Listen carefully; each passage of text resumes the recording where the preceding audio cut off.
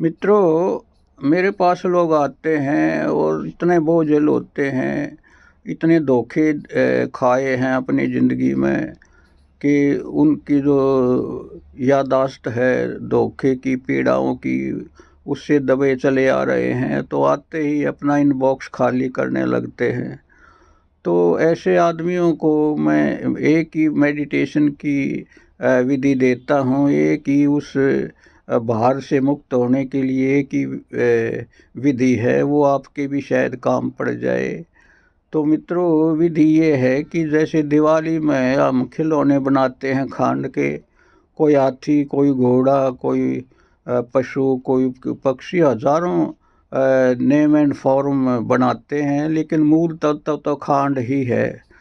तो मैं उनको समझाता हूँ कि ये सभी, जितना भी जो भी कुछ आपको दिखाई देता है, वो सभी एक ही तत्व से बना है। उनके एक ही तत्व से सभी नेम एंड फॉर्म, दोस्त दुश्मन, अच्छे बुरे बने हैं।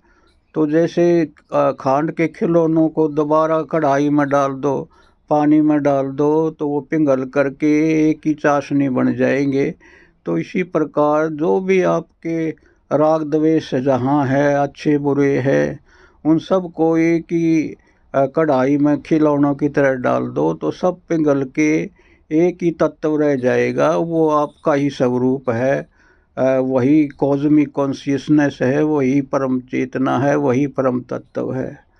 तो मैं कहता कि आंख बंद करो और अपने जितने भी, जिनसे आपने चोट खाई, जिनसे आपका हृदय घायल हुआ है, उन सब को उठा करके दोबारा एक चाशनी में डालो और सब पिघला दो। पिघल के जो बाकी एसेंस बचेगा, उसी को अपना मानो, उसी में विलीन हो जाओ। वह आपका सच्चा स्वरूप है और उसी में बने रहो। तो ये प्रयोग करते हैं तो लोग बड़ा चमत्कारिक असर होता है। सबकी जो राग द्वेष थे, जो जो कांटे चुभते थे, वो सब फूल बन जाते हैं। उन सब के भीतर के सारे जहर अमृत हो जाते हैं। तो मित्रों, इस विधि को करके देखो और जो परम तत्व है उसका उगाड़ो, परम तत्व में रहो। वही आपका वास्तविक घर है। उस घर में ही निवास करो, उसी में विश्राम करो।